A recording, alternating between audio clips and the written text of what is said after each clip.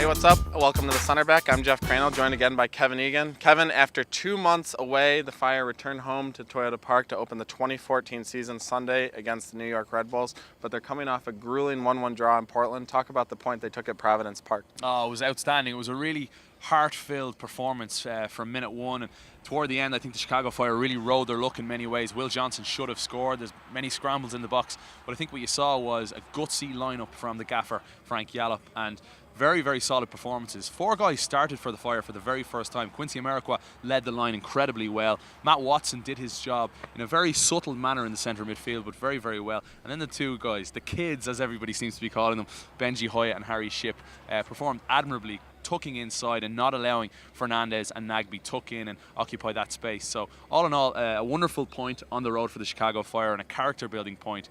Attention now turns to New York.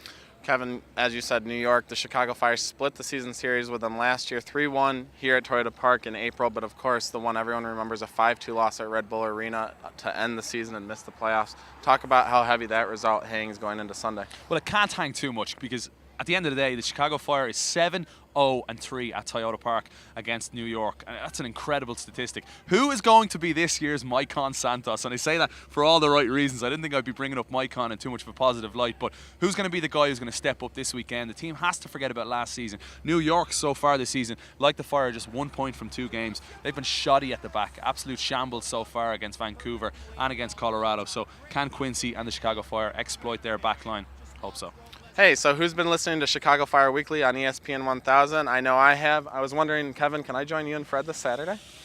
Okay, fair enough, Jeff. We'll let you on this week with us. So it should be a bit of fun. So make sure you get your comments and questions into us. It's #FireWeekly. And our question for you this week is, what is your all-time favourite moment at Toyota Park as a Chicago Fire fan? So have a good think about that one. What is your favourite moment as a Chicago Fire fan? Jeff, yours is a little bit quirky, so we'll get your answer on the show Saturday morning, 7 to 8 a.m. ESPN 1000. And of course, tune in Sunday for the Chicago Fire versus New York Red Bulls on My 50, Time Warner Sports Wisconsin, and Uni Mas beginning at 1:30 p.m. Central Time. For Jeff Crandall, this is Kevin Egan. We'll see you next week on the Centerback.